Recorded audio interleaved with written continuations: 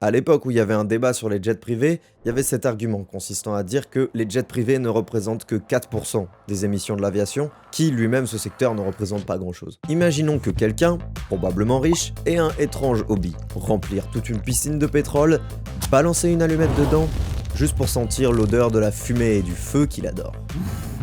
Est-ce que ça vous paraîtrait ok ?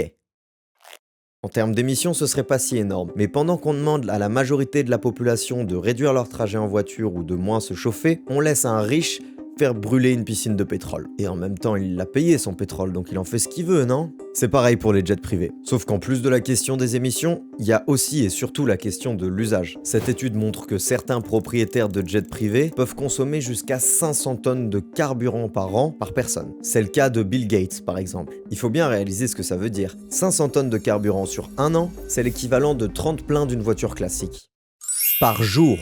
En une seule journée, ces milliardaires utilisent plus de pétrole pour leur jet que ce que vous utilisez en un an pour votre voiture. Ça correspond aussi à ce qui pourrait faire fonctionner un tracteur au gazole pendant 30 ans. Mais non, au lieu d'utiliser ces ressources limitées pour nourrir des gens, on décide de les laisser au bon vouloir d'un milliardaire qui a largement assez d'argent pour privatiser le wagon d'un train si ça l'amuse, ou même le train entier, puisqu'en plus, la plupart des trajets réalisés en jet privé se font sur des distances courtes, tout à fait faisables en train.